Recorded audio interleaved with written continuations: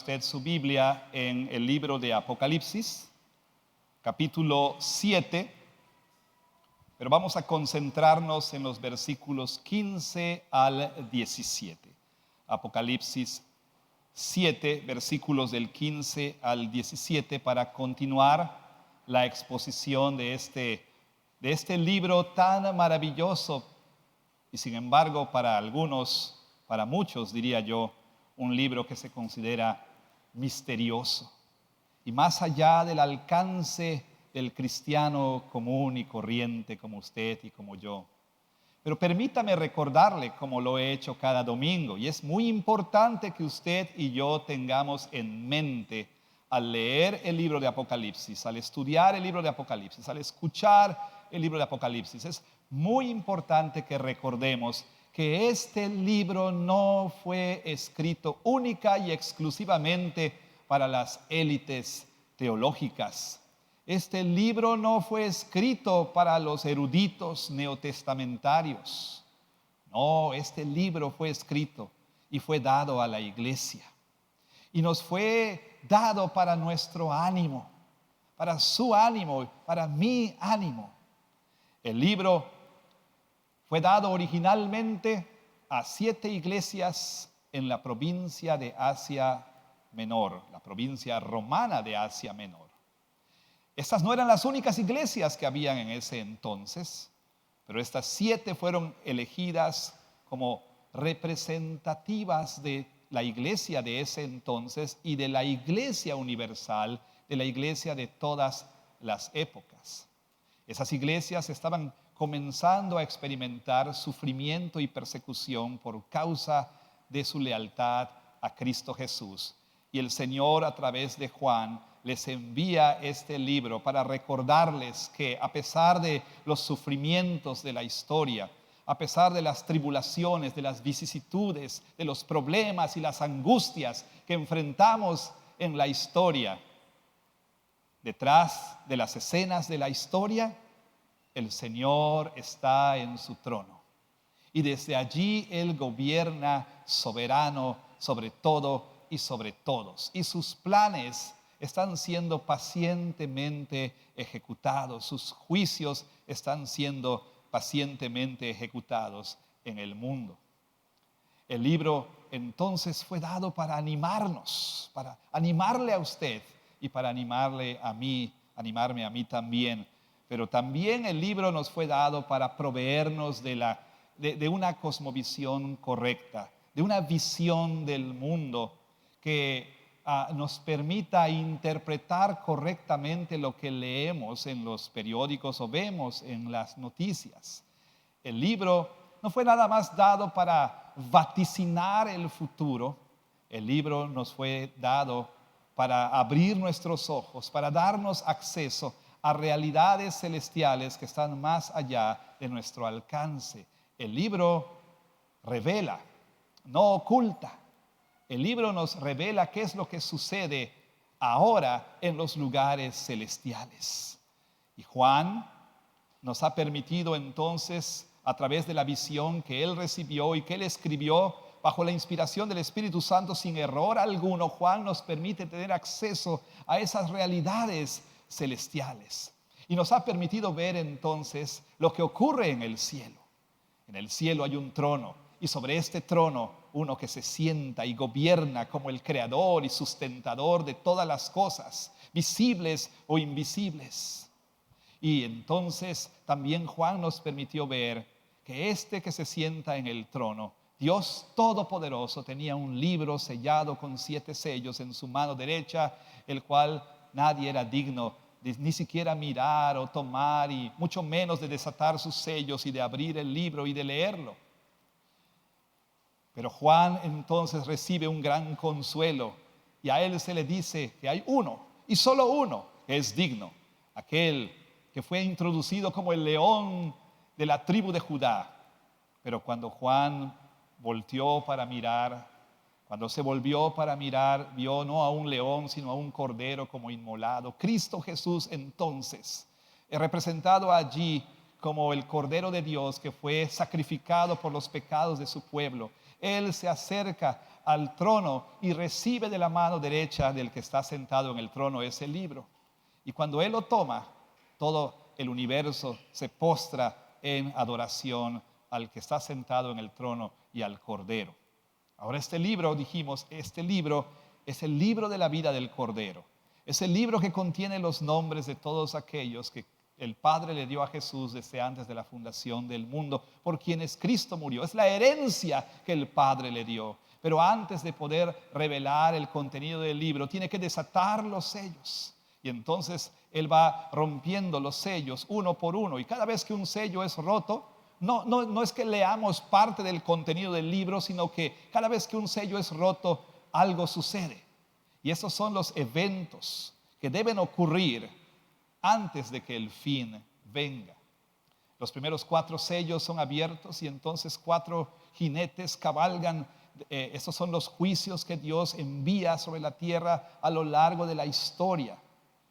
Después de esto, el 5.º sello es abierto y a Juan se le permite ver que aquellos que habían muerto por causa de su fe en Cristo están reposando en presencia de Dios y les dicen ante su pregunta, ¿hasta cuándo, Señor? ¿Hasta cuándo? A ellos se les dice, descansen todavía un breve tiempo porque no se ha completado el número de sus hermanos, aquellos que han de ser muertos por causa del nombre del Señor Jesús. Luego el 6.º sello es abierto y entonces el fin ocurre, el juicio final viene, la ira de Dios es derramada y entonces los impíos, pecadores, impenitentes, rebeldes que vivirán en ese momento dirán en horror a las rocas, caigan sobre nosotros, escóndanos del rostro de aquel que está sentado en el trono y del Cordero, escóndanos, ocúltenos, porque el día de la ira, el gran día de la ira del Señor y del Cordero ha llegado y ¿quién podrá mantenerse en pie?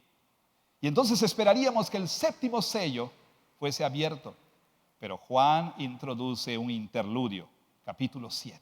Este interludio es un flashback, es decir, nos permite ver algo que sucedió antes de que el juicio o los juicios de Dios fuesen derramados y especialmente el juicio final viniera sobre el mundo.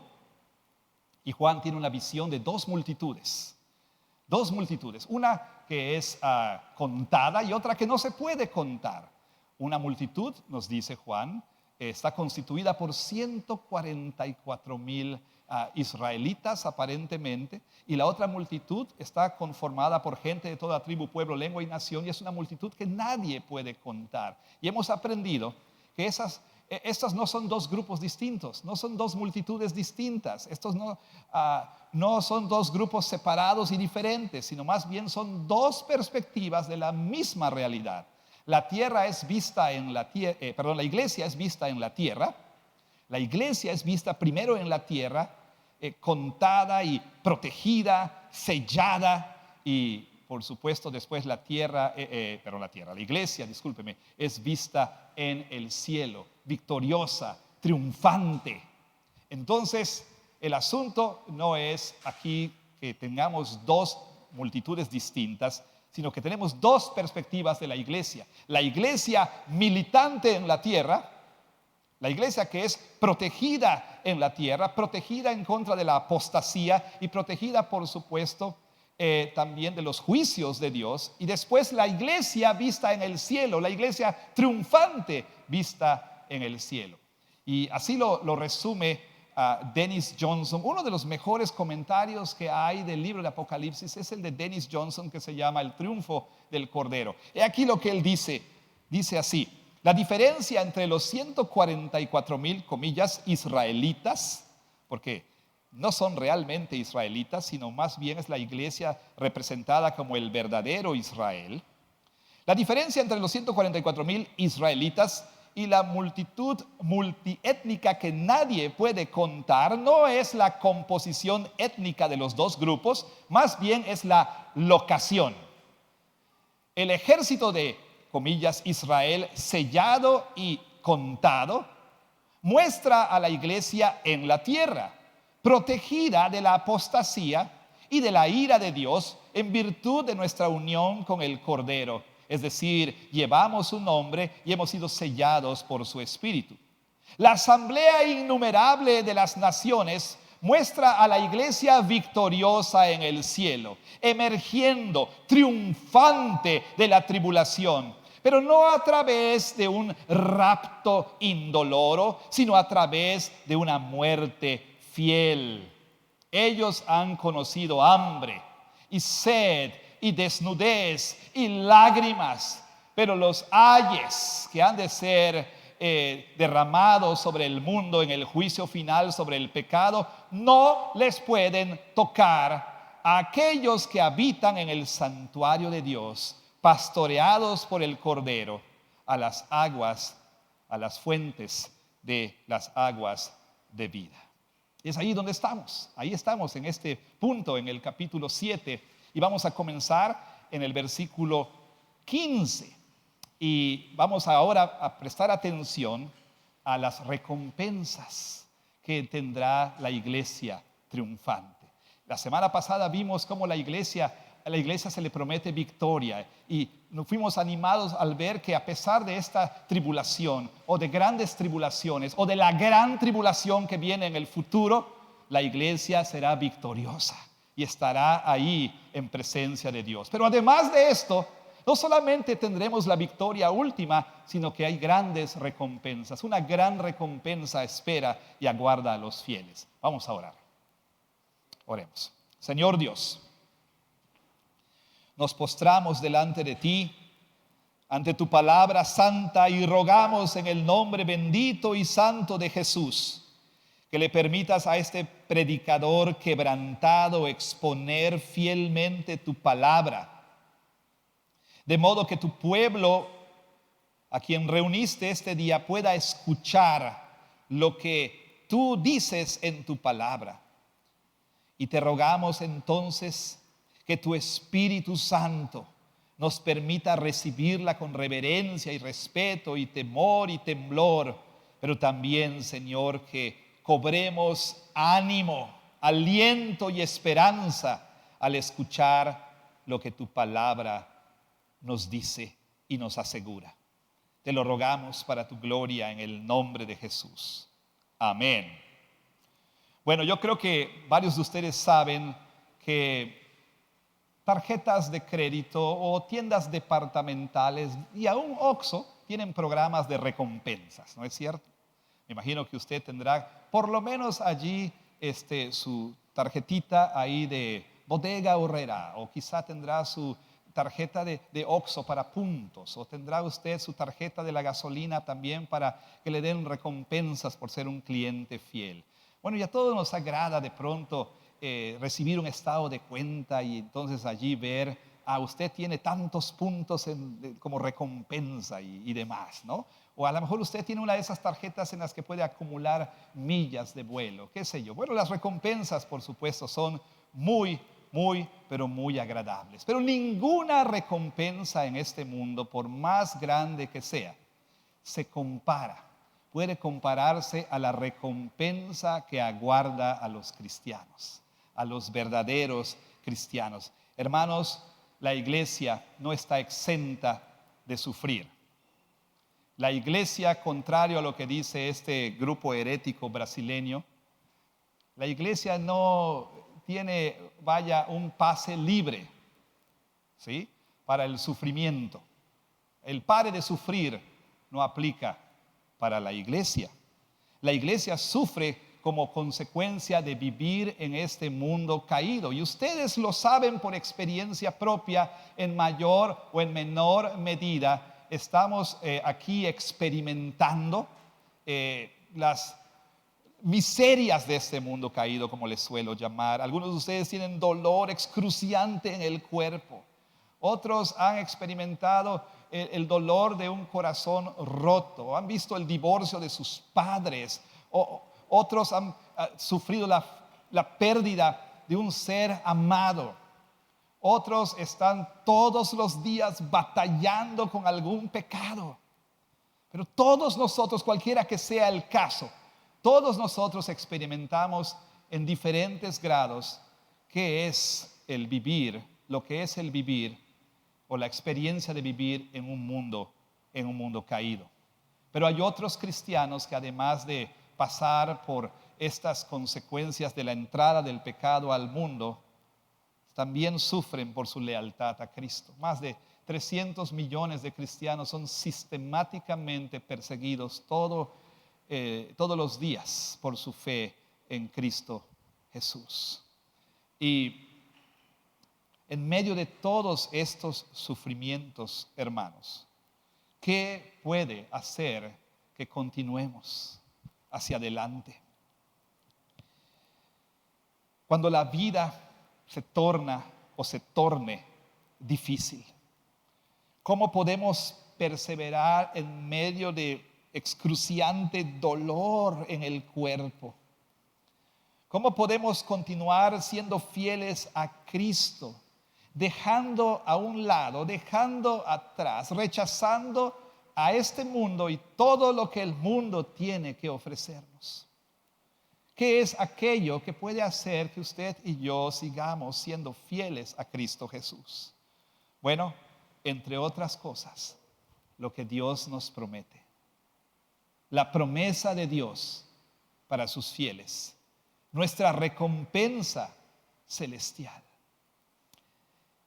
Y en este texto Juan tiene un mensaje para los cristianos a quienes escribió en primer lugar en el año 96 después de Cristo, y también para los cristianos que estamos viviendo en este tiempo. Los verdaderos cristianos, los cristianos fieles, deben mirar hacia adelante a su recompensa celestial. Y escuche, recompensa, no mérito. Aquí no hablamos de méritos. Lo que nos aguarda, quiero decir, lo que está ahí esperándonos, no es aquello no es algo que usted merece, no es algo que usted recibirá porque usted acumuló suficientes puntos por su obediencia al Señor. De ninguna manera. Estas recompensas vienen a nosotros a través no de nuestros méritos, sino de los méritos de Cristo Jesús. Es por sus méritos que nosotros vamos a recibir esta recompensa. ¿Y de qué recompensa estamos hablando? ¿Cuál es esa recompensa a la cual nosotros debemos mirar? El apóstol Juan entonces anima a sus lectores y a nosotros, mostrándonos, ¿sí?, que esta recompensa es una recompensa doble. Por lo menos es una recompensa doble. ¿Qué nos aguarda? ¿Cuál es la recompensa que está allí esperándonos? Número 1, la presencia eterna de Dios. Le voy a dar 2 P's en este día: la presencia eterna de nuestro Dios. Y número 2, la provisión eterna de nuestro Dios. La presencia eterna de nuestro Dios y la provisión eterna de nuestro Dios. Veamos en primer lugar, nuestra recompensa es la presencia, en primer lugar, la presencia eterna de nuestro Dios. Versículo 15. Por esto están delante del trono de Dios y le sirven día y noche en su templo, y el que está sentado sobre el trono extenderá su tabernáculo sobre ellos. Note usted, por favor, que el versículo comienza con esta palabra. Es una especie de bisagra, porque conecta lo que va a decir Juan con lo que ya dijo. Por esto es una frase introductoria, pudiera ser traducida como por esta razón, y esto explica que la perseverancia de los santos en Cristo y la pureza resultante son la base para su entrada en la presencia o a la presencia de Dios y del Cordero.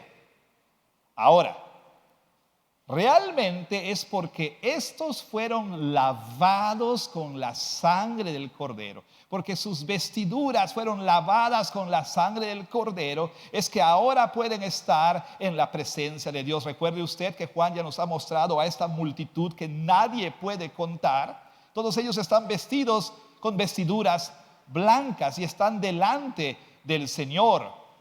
Ahora, ellos están allí en la presencia inmediata del Señor, como dice el versículo 14.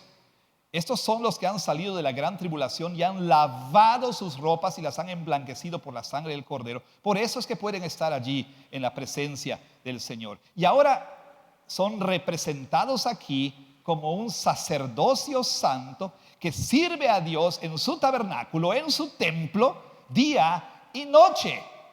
Ellos visten, como dije, vestiduras blancas porque han sido purificados con la sangre del Cordero. Y ahora entonces pueden servirle como los sacerdotes servían a Dios en el tabernáculo y luego en el templo.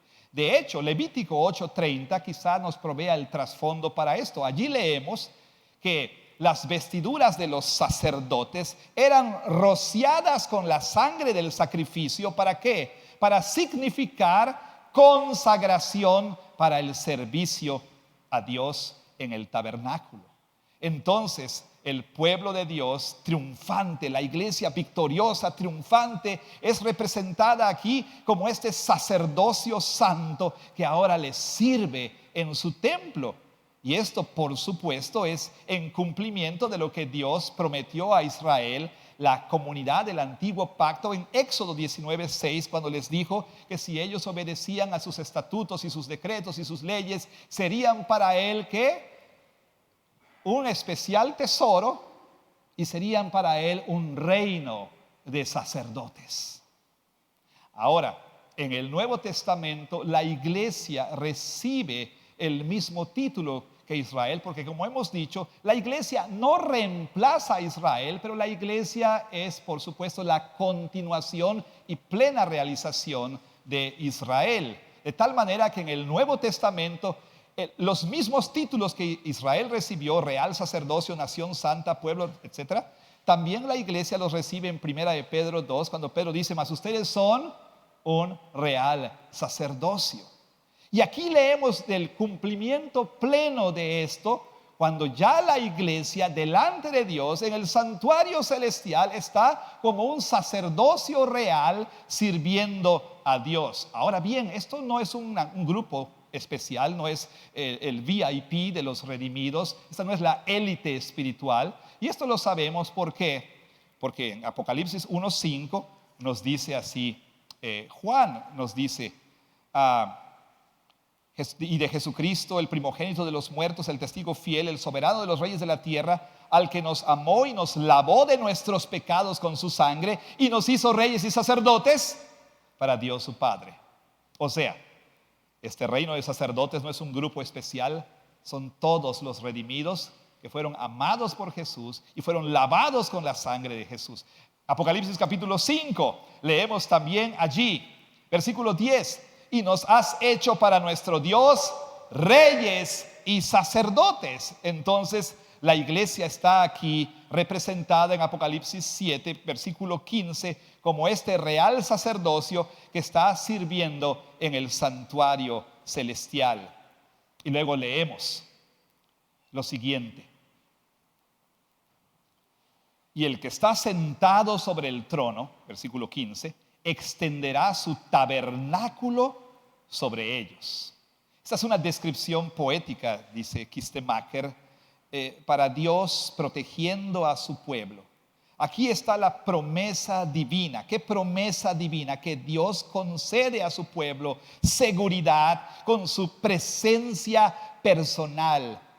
Esta es una enseñanza que permea la escritura desde Génesis en realidad, pero más específicamente desde Levítico hasta Apocalipsis. En Levítico 26 nosotros leemos que Dios expresa su deseo de morar en medio de su pueblo. En Ezequiel 37 Dios reitera este deseo en Ezequiel 37, 26 al 27, el cual también es confirmado en Zacarías 8:8, que el deseo de Dios de morar con su pueblo, de habitar con su pueblo, como lo fue en el santuario original, cuando Dios venía a caminar en medio de su pueblo, en medio del reino de sacerdotes original, Adán y Eva.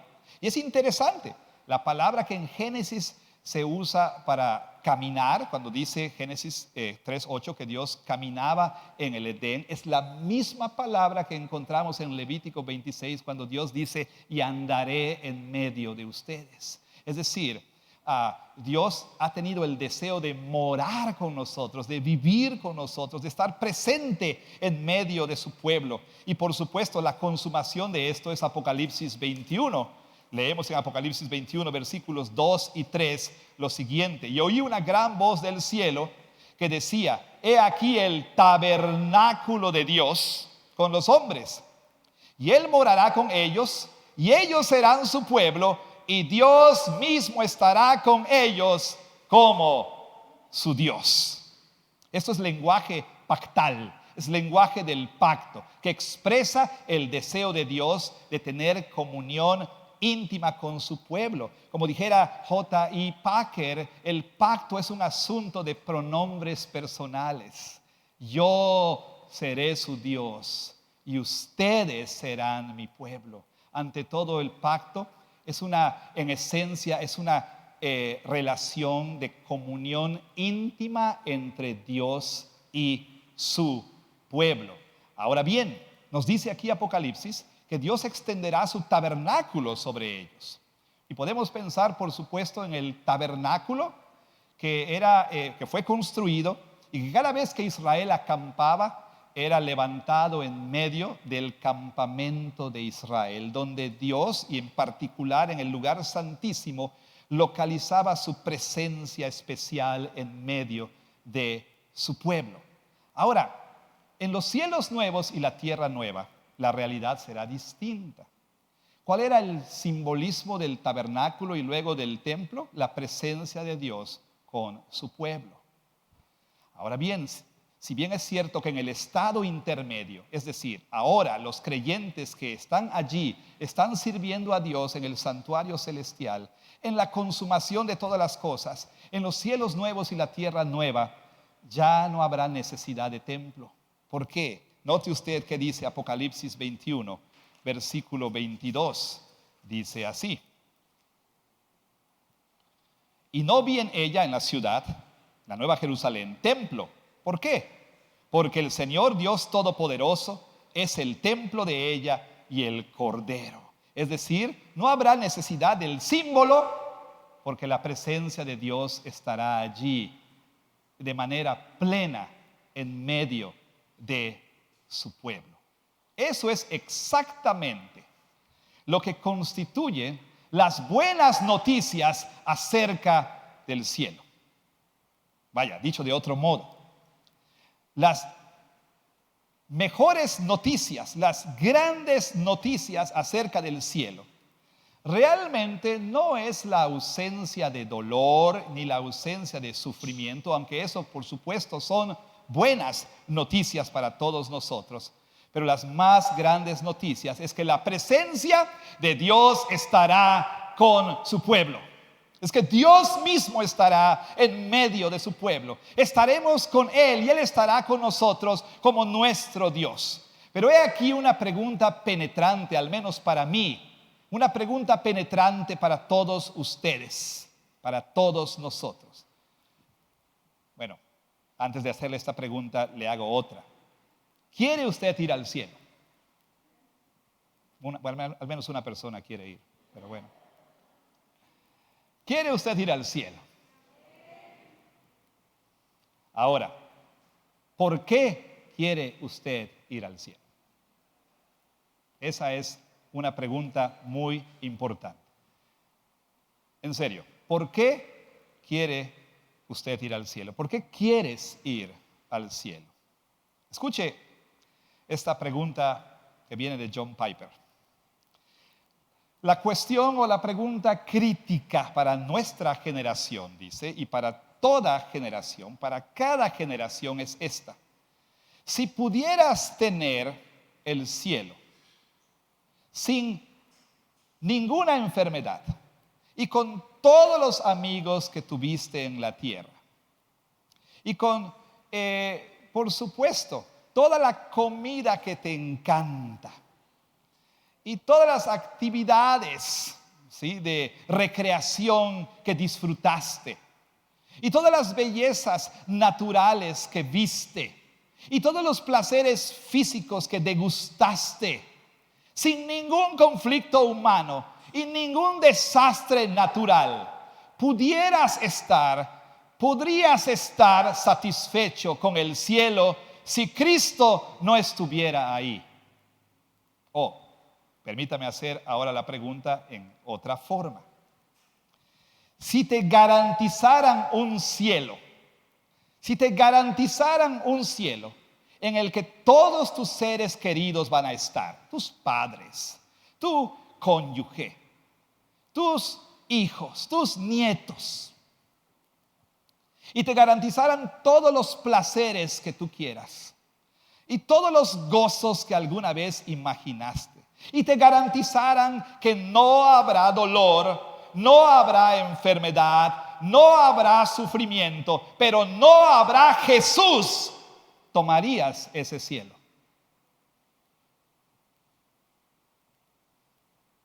La verdad es que la mayoría de los cristianos, entre comillas, sí tomarían ese cielo. Dicen, hey, no Jesús, pero no dolor, no enfermedad, todos mis parientes, todos los gozos, pero por supuesto. O usted sería alguien como Samuel Rutherford, un puritano, pastor puritano. Usted como él diría, oh mi Señor Jesús, si yo pudiera estar en el cielo sin ti, eso sería el infierno.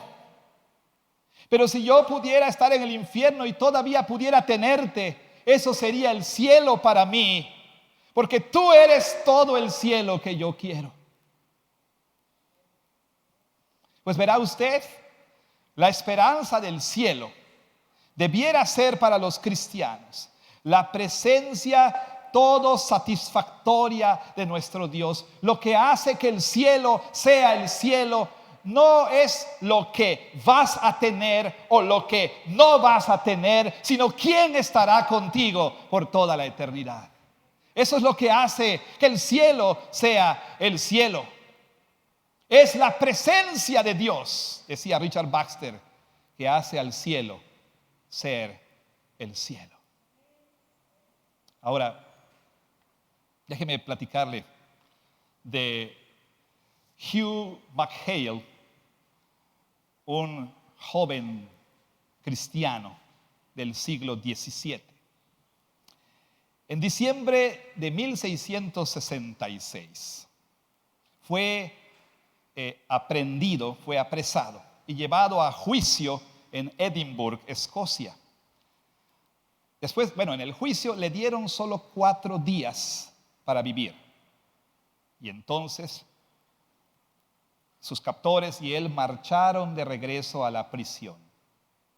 Y en la multitud en las calles que veía esta procesión, muchos lloraban porque tenían tanto dolor al ver a alguien tan joven, a quien solamente le concedieron 4 días más para ver, por supuesto, el amanecer. Solamente 4 días. Pero no había lágrimas en los ojos de este joven. No. Él le dijo a la multitud en voz alta, confíen en Dios al marchar él delante de ellos. Confíen en Dios. Y de pronto vio a un amigo suyo ahí entre la multitud. Y él le gritó, buenas noticias, le dijo a su amigo, buenas noticias.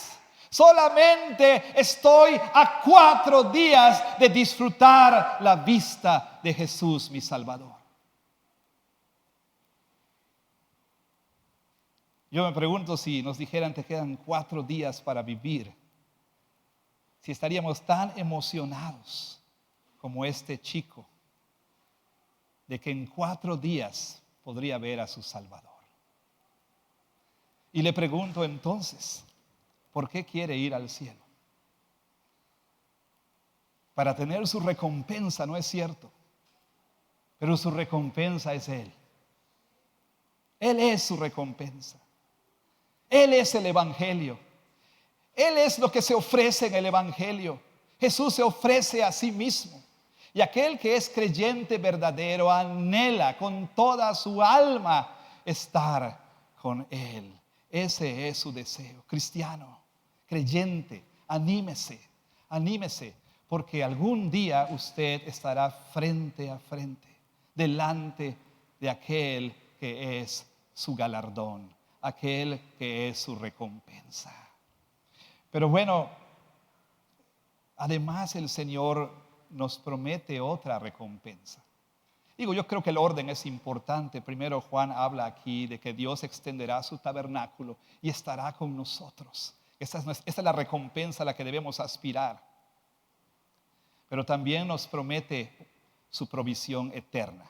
Y este es el otro aspecto de nuestra recompensa, la recompensa que aguarda a los cristianos fieles, a la iglesia fiel, la provisión eterna de nuestro Dios. Versículos 16 al 17, dice así: ya no tendrán hambre ni sed, y el sol no caerá más sobre ellos, ni calor alguno, porque el Cordero que está en medio del trono los pastoreará y los guiará a fuentes de aguas de vida, y Dios enjugará toda lágrima de los ojos de ellos.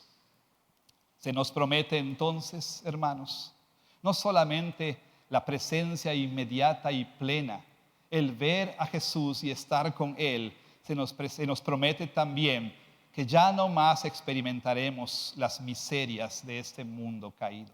Estos versículos que hemos leído provienen de algunos versos en Isaías, como Isaías 49:10, donde Dios habla a su pueblo en la cautividad, en el exilio, y les promete la restauración. Y Él les dice que vendría un día cuando ya no más sufrirían las penas y las miserias del exilio.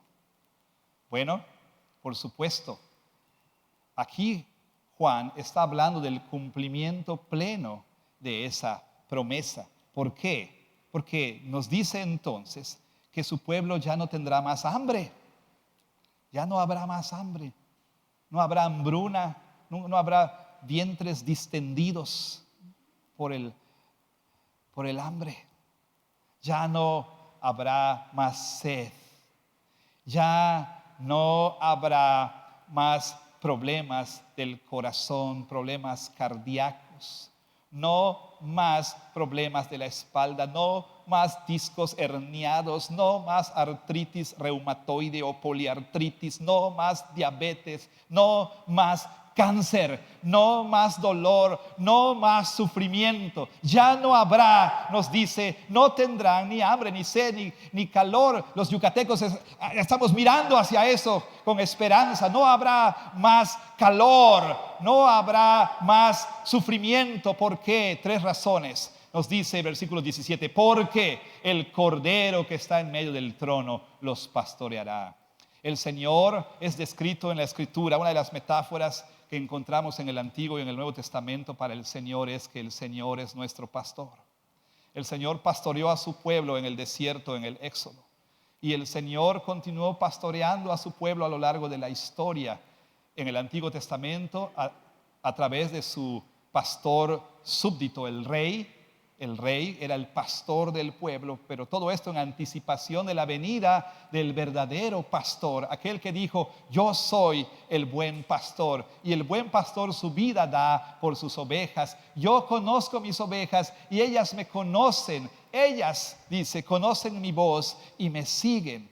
Este buen pastor dio su vida también como una oveja. Siendo el pastor, se sacrificó como una oveja y derramó su sangre por su pueblo. Y ahora ha encomendado el cuidado de su rebaño a sus pastores súbditos, los pastores de la iglesia, como dice Primera de Pedro en Primera de Pedro 5. Pero algún día, otra vez, Él mismo pastoreará a su pueblo por toda la eternidad. Y nos dice aquí que Él nos va a conducir a las fuentes de aguas de vida. ¿Se acuerda que le prometió Jesús a la samaritana? Si supieras quién habla contigo, le pedirías y te daría agua de vida. Y en Juan capítulo 7, en la fiesta de los tabernáculos, Jesús se puso de pie y dijo a las multitudes: si alguno tiene sed, venga a mí y beba, y yo le daré agua de vida. Bueno, aquí el cumplimiento pleno de la promesa de Jesús. El pastor, el Cordero es el pastor. Qué irónico, ¿no? El Cordero es el pastor y guiará a su pueblo a fuentes de agua de vida. Y luego entonces nos dice, y Dios enjugará toda lágrima de los ojos de ellos. Kistemaker dice, si hay un texto en la Escritura, si hay algún texto en la Escritura que consuele a los santos, es este. Dios enjugará toda lágrima de los ojos de ellos.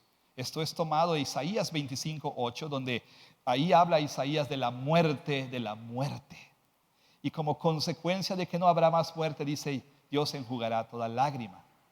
Aquí no se menciona la muerte, por supuesto, pero en Apocalipsis 21, que básicamente habla de lo mismo, en el versículo 5 leemos lo siguiente. Versículo 3, perdón. Y oí una gran voz del cielo que decía, he aquí el tabernáculo de Dios con los hombres, la presencia de Dios con los hombres. Y ya no habrá muerte, ni habrá más llanto, ni clamor, ni dolor, porque las primeras cosas pasaron. Así entonces, Kistemaker dice, en este versículo, si hay un versículo, como él dice, que debe consolar a los santos, es este. Si hay un versículo, hermano, hermana, tú que estás sufriendo todos los días dolor en el cuerpo, tú que derramas lágrimas cuando ya no puedes soportar el dolor en tu cuerpo, usted que ve su cuerpo caerse en pedazos, decaer, que día tras día encuentra una nueva dolencia, tú que has sufrido un mal matrimonio, tú que has visto el divorcio de tus padres, tú que has vivido bajo padres difíciles, usted que ha terminado con el corazón roto, ¿sí?, por sus propios hijos, todos ustedes que derraman lágrimas en las noches, en silencio, todos aquellos que lloran cuando se enfrentan a su debilidad, a su pecado, y cuando sucumben a él, todos ustedes que derraman lágrimas, escuchen lo que Dios dice en su palabra, y Dios enjugará toda lágrima de los ojos. Aquí encontramos la ternura infinita de nuestro Dios, quien es capaz de remover de nuestros ojos toda lágrima causada por el sufrimiento y la tristeza y la enfermedad y la muerte. Como dice R.C. Sproul, el cielo es un lugar donde Dios personalmente, Dios mismo personalmente enjugará todas nuestras lágrimas. Cuando nos encontremos con Jesús cara a cara, cuando estemos frente a Él, Él enjugará nuestras lágrimas y dirá, hijo, ya estás en casa. Ya no hay más dolor, ya no hay más sufrimiento, ya no más lucha con el pecado, estás en casa. Sí, hermanos, derramaremos lágrimas en el cielo, pero serán lágrimas de gozo. Lágrimas de gozo en el cielo, sí. Lágrimas de tristeza, nunca más. Lágrimas por dolor, nunca más. Lágrimas por sufrimiento, nunca más. Lágrimas por soledad, nunca más. Lágrimas por abandono, nunca más. ¿Por qué? Porque no habrá más dolor, más llanto, más sufrimiento y más muerte.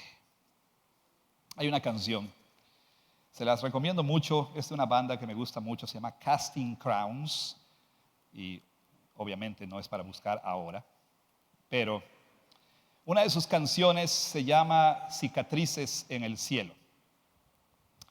Y esta es una canción que habla de la experiencia de una persona que está viendo morir a un ser querido, presumiblemente su esposa. Y ustedes ven el videoclip, van a llorar, pero bueno, ella está muriendo, está desgastándose, desvaneciéndose y finalmente muere. Y entonces en la canción dice, si yo hubiera sabido que este iba a ser el último día, hubiera dicho esto, hubiera hecho aquello, hubiera hecho lo otro. Y luego en el coro habla de aquello que le sostiene. Y dice así, palabras más, palabras menos, no va a rimar porque el original está en inglés. Ese es el coro de la canción. Las únicas cicatrices en el cielo no pertenecerán ni a ti ni a mí. No habrá ningún quebranto y todo lo viejo será hecho nuevo. Y el pensamiento que me hace sonreír ahora, aun cuando mis lágrimas caen, es que las únicas cicatrices en el cielo están en las manos que te abrazan ahora. Están en las manos que te sostienen ahora. Las únicas cicatrices en el cielo no pertenecerán ni a usted ni a mí. Las únicas cicatrices en el cielo están en las manos del que sostiene ahora a su ser querido que está en el cielo. Las únicas cicatrices en el cielo están en las manos de aquel que enjugará las lágrimas de nuestros ojos.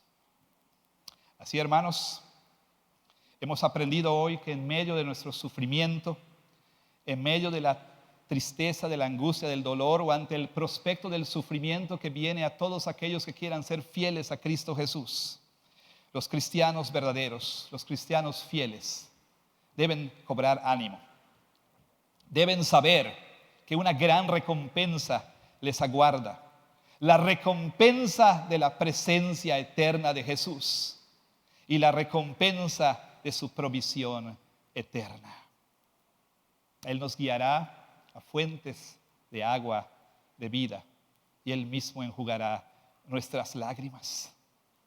Permítame decir una palabra al no creyente. Si tú no crees y confías en Cristo Jesús como tu Señor y Salvador, no importa que seas asistente asiduo a la iglesia, no importa que hayas crecido en la iglesia, si en este día no te has arrepentido de tus pecados y no has creído realmente en Cristo Jesús, esto no es el futuro que te aguarda. Esta no es la recompensa que te espera. Lo que te aguarda es una expectación horrenda de juicio. Lo que te aguarda es el infierno.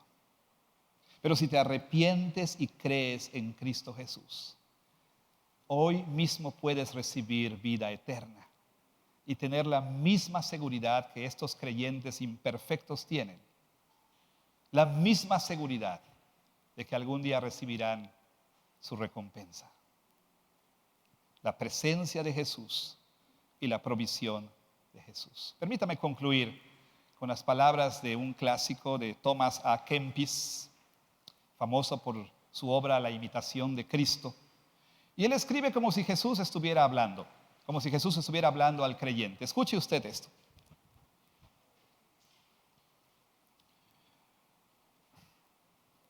No desfallezcas por las labores que has tomado por mi causa y no dejes que la tribulación te derribe.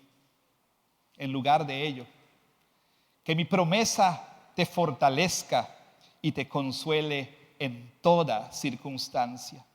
Yo soy muy capaz de recompensarte por encima de toda medida y de todo grado. Tú no laborarás aquí por largo tiempo, ni siempre serás oprimido por dolores. Un tiempo viene cuando toda labor y todo problema van a cesar. Labora fielmente en mi viña. Yo seré tu recompensa. La vida eterna vale la pena todos estos conflictos y conflictos más grandes que estos. ¿No debemos soportar estas labores por causa de la vida eterna? Levanta tu vista. Levanta tu rostro, por lo tanto, al cielo y mírame a mí y a mis santos conmigo, quien en este mundo tuvieron grandes conflictos, pero ahora son consolados, ahora se regocijan, ahora están seguros, ahora reposan y estarán conmigo por toda la eternidad en el reino de mi Padre. Hermanos, levanten sus ojos al cielo en medio de su sufrimiento y vean al Cordero que fue inmolado y a sus santos que le rodean, ahora en gloria con Él. Que Dios bendiga su palabra. Amén.